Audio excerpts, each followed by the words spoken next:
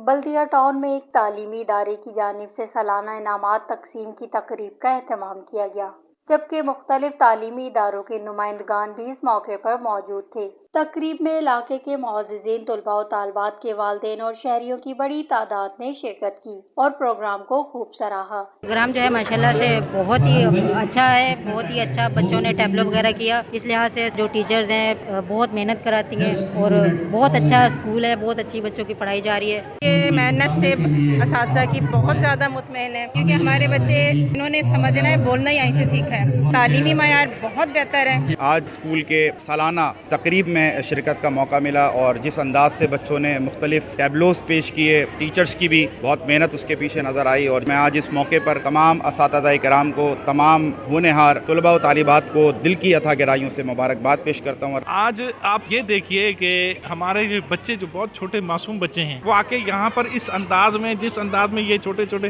معصوم بچے پرفارمنس دیتے ہیں، خود بخود آپ کا دل کرے گا کہ کاش کہ میرا بھی بچہ ایسا ہو اور وہ بھی اسی طریقے سے پرفارمنس دے۔ لیکن اس کے لیے محنت ہوتی ہے، کوشش ہوتی ہے ان اساتذہ کی، اس ادارے کی، وہ جو اس کو رنگ لگاتے ہیں۔ اس موقع پر بچوں نے مختلف ٹیبلوز اور تقاریر پیش کی، جنہیں شرکاء کی جانب سے بھرپور پذیرائی حاصل ہوئی۔